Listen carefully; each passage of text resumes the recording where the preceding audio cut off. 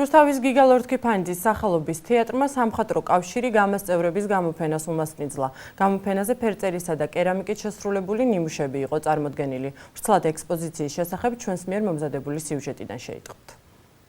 მხატვართა გაერთიანება გამამ დამთვალიერებელს მორიგი გამოფენა შესთავაზა. საგამოფენო სივრცედ კვლავ გიგალორთქიფანიძის სახელობის რუსთავის თეატრის ფოიე აირჩია და მუსიკალური ნომრების თანხლებით ექსპოზიციაზე 70-მდე ხელოვნების ნიმუში წარმოადგინა. გამოფენაზე ფერწერული ნამუშევრები ორმა მხატვარმა, დავით ფიცხელაურმა და გოგი ჩინჩალაძემ წარმოადგინეს.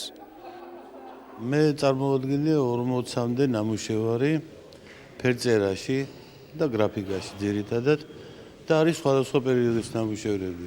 არის ძველი ნამუშევრებიც, უმრავლესობა ახალი ნამუშევრებია 2013-14 წლებში. გამოფენილი მაქვს დაზგური ფერწერა, არის 20-მდე ნამუშევარი. ადრე შექმნილი და ხლა ამ ბოლო დროს შექმნილი ნამუშევრების კიდევ. ფერწერის გარდა თეატრში მისულ დამთვალიერებელს კერამიკით შესრულებული ტრადიციული ჭურჭლისა და ქანდაკებების ნახვაც შეეძლოთ.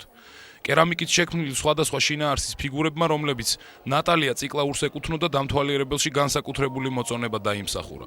საგამოფენო სივრცე და წარმოდგენილი ნამუშევრები საქართველოს მხატვართა კავშირის თავმჯდომარემაც შეაფასა.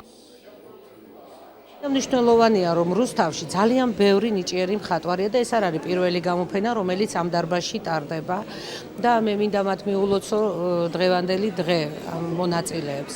მაგრამ მე მინდა გულისტკივილით აღვნიშნო, რომ ამ არაჩვეულებრივ მხატვრებს არ აქვთ საგამოფენო სივრცე.